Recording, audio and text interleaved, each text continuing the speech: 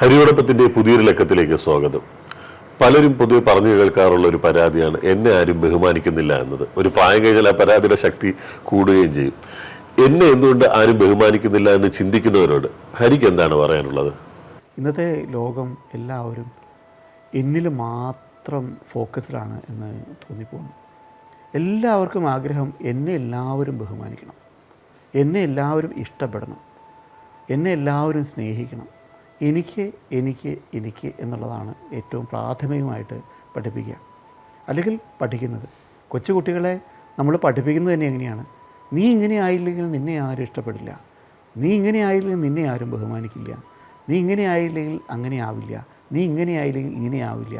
എല്ലാവരും നീ നീ അല്ലെങ്കിൽ ഞാൻ ഞാൻ എന്നുള്ള തരത്തിലാണ് പഠിപ്പിക്കുക. എല്ലാവർക്കും ആഗ്രഹം ഈ പറഞ്ഞ പോലെ ഇങ്ങനെയാണ് എങ്കിൽ മറ്റുള്ളവരുടെ ആഗ്രഹം എന്താണെന്ന് ഇവർ ചിന്തിക്കാറുണ്ടോ? നീ ഇങ്ങനെ ആവണം എന്ന് പറയുന്നു. തൊട്ടപ്പുറം നിൽക്കുന്ന ആളും ഒരു നീയാണ്, അയാളുടെ ആഗ്രഹം എന്താണ് എന്നുള്ളത് ചിന്തിക്കാറുണ്ടോ? ഇപ്പുറം നിൽക്കുന്ന ആളും ഒരു നീയാണ്, അയാളുടെ ആഗ്രഹം എന്താണ്? അപ്പോൾ 3 പേര് നിൽക്കുന്നു, 3 പേര് ആഗ്രഹിക്കുന്നത് എന്നെ ബഹുമാനിക്കണം. അപ്പോൾ 3 പേർക്കും യഥാർത്ഥത്തിൽ ഒരേ ആഗ്രഹം തന്നെയാണ്, എന്നെ ബഹുമാനിക്കണം. ഒരാളെ നമുക്ക് എങ്ങനെയാണ് ബഹുമാനിക്കാൻ കഴിയുക?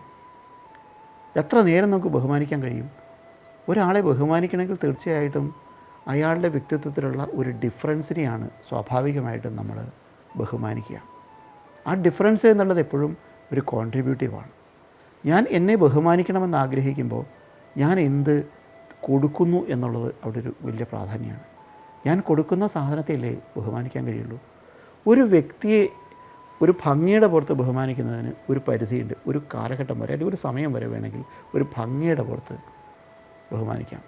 ആ ഭംഗിയുള്ള വ്യക്തി എപ്പോഴെങ്കിലും വാ തുറന്നാൽ ആ വായിൽ നിന്ന് വരുന്ന വാക്ക് മോശമാണെങ്കിൽ ആ ഭംഗി അപ്പോൾ തന്നെ അവിടെ ഇല്ലാതെയായി മാറും.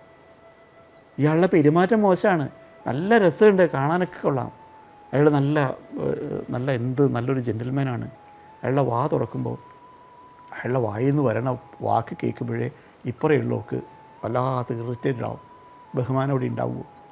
അപ്പോൾ ആദ്യം ഒരുപക്ഷെ നമ്മളെ സ്വാധീനിക്കാനുള്ള ഒരു പ്രഥമ ഘടകം ഉണ്ടായേക്കാം. പക്ഷെ നമ്മൾ എന്തെങ്കിലും കോൺട്രിബ്യൂട്ട് ചെയ്യാതെ എങ്ങനെയാണ് നമ്മളെ ബഹുമാനിക്കുക? ഞാൻ എന്നെ ബഹുമാനിക്കണം എന്ന് ആഗ്രഹിക്കണമെങ്കിൽ ആദ്യം ഞാൻ ചിന്തിക്കേണ്ടത് എന്താണ്? എനിക്ക് എന്ത് ചെയ്യാൻ കഴിയും, എനിക്ക് എന്ത് കൊടുക്കാൻ കഴിയും? ഈ ലോകത്ത് വാങ്ങുന്നവർക്ക് പ്രത്യേകിച്ച് യാതൊരു വിലയുമില്ല. വാങ്ങുന്നവരെ സംബന്ധിച്ചോളം അവർക്ക് എവിടെ നിന്ന് വേണമെങ്കിലും വാങ്ങാം. ഈ ലോകത്ത് എനിക്ക് ഇങ്ങോട്ട് കിട്ടാനാണെങ്കിൽ ഒരാൾ തരുന്നില്ല, അങ്ങനെയാണെങ്കിൽ ഞാൻ അടുത്തയാളെ തീർച്ചയായിട്ടും അന്വേഷിക്കും. ഒരു കടയിൽ പോയി അവിടെ ഒരു സംഭവം നമുക്ക് കിട്ടിയില്ല, അടുത്ത കടയിൽ പോയി നമ്മൾ സാധനം വാങ്ങും. ആ കടയിലും അതില്ല എങ്കിൽ നമ്മൾ തീർച്ചയായിട്ടും വേറൊരു കടയിൽ പോയി നമ്മൾ സാധനം വാങ്ങും. പക്ഷേ നമ്മളൊരു കടയിലേക്ക് മാത്രമായിട്ട് പോകും. ചിലപ്പോൾ ചിലർ യാത്ര ചെയ്ത് കിലോമീറ്ററുകൾ യാത്ര ചെയ്ത് ചില പർട്ടിക്കുലർ ഹോട്ടലിൽ പോയി ഭക്ഷണം കഴിക്കും. കാരണം വേറുന്നുണ്ട്, അവിടെ മാത്രമേ ഈ ഭക്ഷണം കിട്ടുള്ളൂ. ചില സാധനം വാങ്ങാൻ വേണ്ടി ചിലർ വിദേശത്ത് ചില പർട്ടിക്കുലർ സ്ഥലത്ത് പോയിട്ട് സാധനങ്ങൾ വാങ്ങും. എന്താണെന്ന് വെച്ചാൽ അത് അവിടെ മാത്രമേ ലഭ്യമാവുള്ളൂ. അതിനുവേണ്ടി എഫേർട്ട് എടുക്കാൻ അവർ തയ്യാറാണ്, അതിനുവേണ്ടി അവർ യാത്ര ചെയ്യാൻ തയ്യാറാണ്, സ്പെൻഡ് ചെയ്യാൻ തയ്യാറാണ്. എന്താണെന്ന് വെച്ചാൽ അവിടെ കൊടുക്കുന്നതിൻ്റെ പ്രത്യേകത എന്താണ്? കൊടുക്കുന്നത് പ്രത്യേകമായിട്ടൊരു കാര്യമാണ് എങ്കിൽ സ്വാഭാവികമായിട്ടും അവിടെ വാങ്ങാൻ ആൾ വരും. കിട്ടാൻ ബുദ്ധിമുട്ടുള്ളവരടുത്ത് അല്ലെങ്കിൽ അത് വളരെ യുണീക്കായിട്ടുള്ള കാര്യമാണെങ്കിൽ അവരോട് നമുക്കൊരു വല്ലാതെ റെസ്പെക്റ്റ് തോന്നും. ഇത് തന്നെയല്ലേ മനുഷ്യൻ്റെ ഒരു കാര്യം.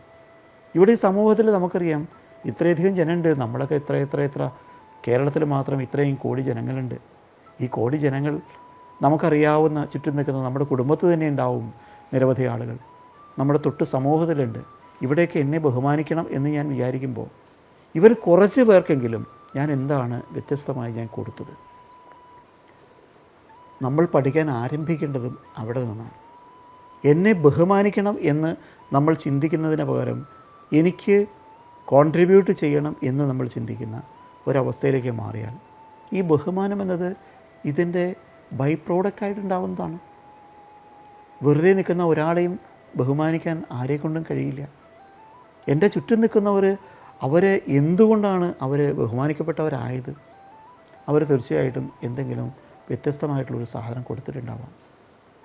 നല്ല സിനിമയിൽ അഭിനയിക്കുന്ന ഒരാളെ നമ്മൾ ബഹുമാനിക്കുന്നു. അയാളുടെ അഭിനയത്തിൻ്റെ മികവുകൊണ്ടാണ് നമ്മൾ ബഹുമാനിക്കുന്നത്. സിനിമ സംവിധാനം ചെയ്ത ആളെ നമ്മൾ ബഹുമാനിക്കുന്നു.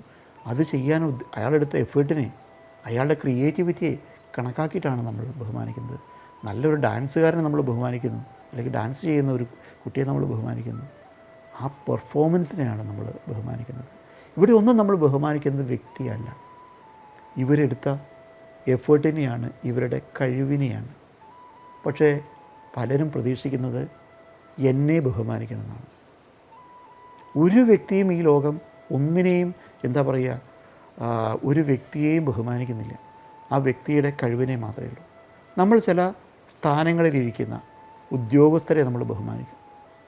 സ്ഥാനങ്ങളിലിരിക്കുന്ന ഉദ്യോഗസ്ഥരെ വളരെയധികം ബഹുമാനിക്കും. അവർ വരുമ്പോൾ അവർക്ക് നമ്മൾ കൊടുക്കുന്ന റെസ്പെക്റ്റ്, അവർക്ക് കൊടുക്കുന്ന പ്രത്യേകം സീറ്റ്, അല്ലെങ്കിൽ നമ്മൾ അവരോടുള്ള ഭയം, ബഹുമാനം, ഇതൊക്കെ അവർ റിട്ടയർ ആയതിൻ്റെ പിറ്റേ ദിവസം നമ്മൾ കൊടുക്കാറുണ്ട്.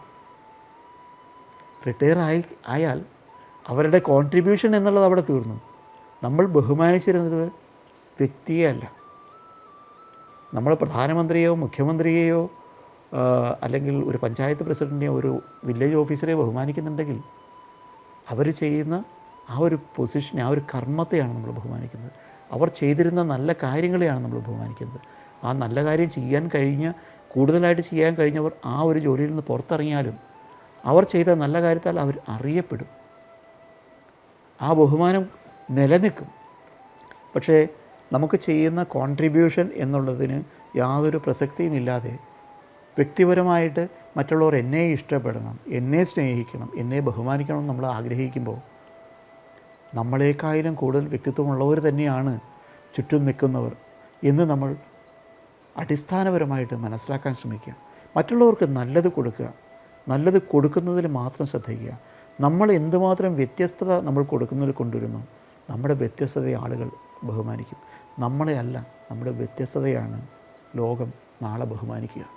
എനിക്ക് തോന്നുന്നത് പലപ്പോഴും ഒരു പ്രായമായി കഴിഞ്ഞാൽ ഈ ബഹുമാനം നഷ്ടപ്പെടുമോ എന്നുള്ള ഭയം കൊണ്ടാണ് ഇപ്പോൾ കുടുംബത്തിലായാലും അല്ലെങ്കിൽ ഇപ്പോൾ രാഷ്ട്രീയത്തിലായാലും എവിടെ നോക്കിയാലും സ്ഥാനമാനങ്ങൾ വിട്ടുകൊടുക്കാൻ പലരും മടി കാണിക്കുന്നത്. കിട്ടിക്കൊണ്ടിരിക്കുന്ന ബഹുമാനം നഷ്ടപ്പെടുമോ എന്നുള്ള കാരണം ഇത് തലമുറകൾ തമ്മിലുള്ള ഒരു ഫ്രിക്ഷൻ, ഒരു സംഘർഷം കൂട്ടുന്ന ഒരു ഘടകം കൂടിയാണ് അതല്ലേ? തീർച്ചയായിട്ടും അതൊരു വലിയ സബ്ജക്റ്റ് തന്നെയാണ്. പ്രായം കൂടുന്തോറും നമുക്ക് ഉണ്ടാകുന്ന ഒരു നഷ്ടബോധം എന്നുള്ളത് ഒരു സത്യം തന്നെയാണ്. നമുക്ക് 40 വയസ്സ്, ഒരു 35 വയസ്സ് വരെയുള്ള മാനസികാവസ്ഥയല്ല 40 വയസ്സിന് ശേഷം. 35 തൊട്ട് 40 വയസ്സ് വരെയുള്ള മാനസികാവസ്ഥ എന്ന് പറഞ്ഞാൽ ഏകദേശം മീഡിയമായിട്ട് നിൽക്കും. നമ്മൾ യങ്സ്റ്ററുമാണ്, നമ്മൾ പ്രായമായി തുടങ്ങി. 35 വയസ്സിന് മുമ്പ് നമ്മൾക്ക് പ്രായം കൂടി പറയണം എന്നായിരുന്നു ആഗ്രഹം.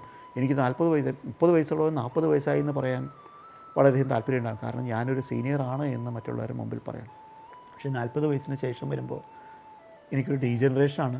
കാരണം വേറുന്നുണ്ട്, ഇനി എൻ്റെ ആവശ്യങ്ങൾ കുറയുമോ, എൻ്റെ ജീവിതം തീരാറായോ എന്നുള്ള ചിന്തയിലേക്ക് പോകും. അതിനപ്പുറേക്ക് വേറുന്നുണ്ട്. 40 വയസ്സിന് മുകളിലേക്ക് പോകുമ്പോൾ നമ്മുടെ കുട്ടികൾ, 45-50 വയസ്സ് നമ്മുടെ കുട്ടികൾ, നമ്മളിപ്പോൾ മുകളിലേക്ക് പ്രായം കൂടുന്ന പോലെ നമ്മുടെ കുട്ടികളുടെ പ്രായവും കൂടിക്കൂടി വരികയാണ്. ഒരു പുതുതലമുറ നമ്മളോട് വളർന്നു വരികയാണ്. ഒരു 50-55 വയസ്സൊക്കെ ആകുമ്പോഴേക്കും നമ്മുടെ താഴെയുള്ള നമ്മൾ കൊച്ചു കുട്ടിയായിട്ട് കളിച്ച് വളർത്തിരുന്ന കുട്ടിയൊക്കെ വലുതായി മച്ചുറായി കാര്യങ്ങൾ ചെയ്യാൻ പ്രാപ്തരാവുകയാണ്. അവൻ അവൻ്റേതായിട്ടുള്ള ചിന്തയും അവൻ്റേതായിട്ടുള്ള യുണീക്കായിട്ടുള്ള ക്രിയേറ്റിവിറ്റിയും, അതായത് വ്യത്യസ്തമായിട്ടുള്ള കോൺട്രിബ്യൂഷൻ ചെയ്യാൻ അവനും ചിന്തിച്ച് തുടങ്ങുന്ന കാലഘട്ടത്തിൽ നമ്മളിപ്പോൾ നിൽക്കുകയാണ്.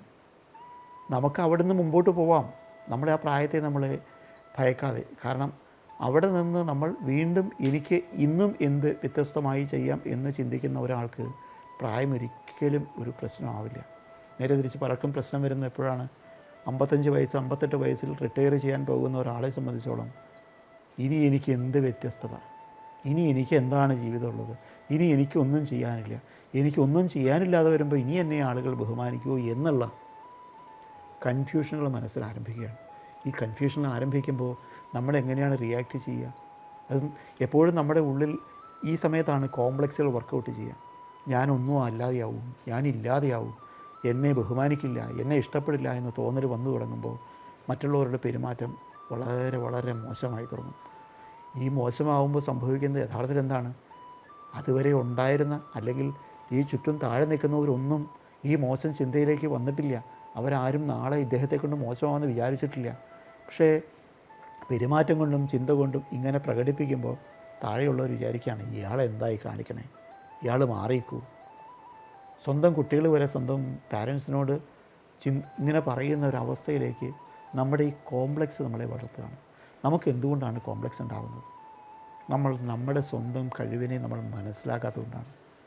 നമ്മൾ സ്വന്തം കഴിവ് അറിഞ്ഞാണ് നമ്മൾ തുടക്കം തൊട്ട് മുമ്പോട്ട് പോയിരുന്നെങ്കിൽ നമ്മൾ മരിക്കുന്ന മൊമെൻ്റ് വരെ നമുക്കറിയാവുന്ന ഒരു കാര്യമുണ്ട്, എൻ്റെ കഴിവിതാണ്, എൻ്റെ കഴിവ് ഇതാണ് എന്ന് എനിക്കറിയാമെങ്കിൽ എനിക്ക് വേറൊരാളെ ബോധ്യപ്പെടുത്തേണ്ട ഒരാവശ്യവുമില്ല.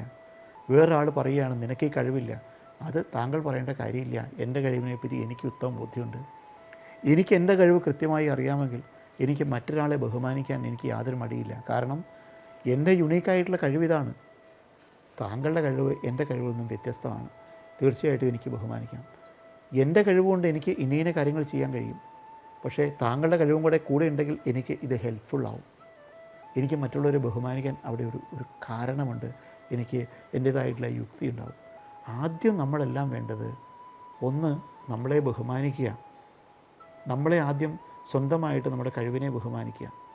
വേറൊരാൾ നമ്മളെ ബഹുമാനിക്കുന്നതിനപ്പുറേക്ക് നമ്മളെ ബഹുമാനിച്ചാൽ മറ്റുള്ളവരെ ബഹുമാനിക്കാൻ നമുക്ക് എളുപ്പമാണ്. നമ്മളെ ബഹുമാനിക്കുമ്പോൾ നമ്മുടെ ചുറ്റും നിൽക്കുന്നവർ നമ്മളെപ്പോലെ തന്നെ കേപ്പബിളാണ് എന്നുള്ള അണ്ടർസ്റ്റാൻഡ് ചെയ്യുക. അപ്പോൾ അവരെയും നമ്മൾ ബഹുമാനിക്കുക. അതിനുശേഷം നമ്മൾ ചിന്തിക്കുക, ഇവർക്കൊക്കെ എനിക്കും എന്തെങ്കിലും വ്യത്യസ്തമായിട്ട് ചെയ്യണമെന്ന് വിചാരിക്കുക.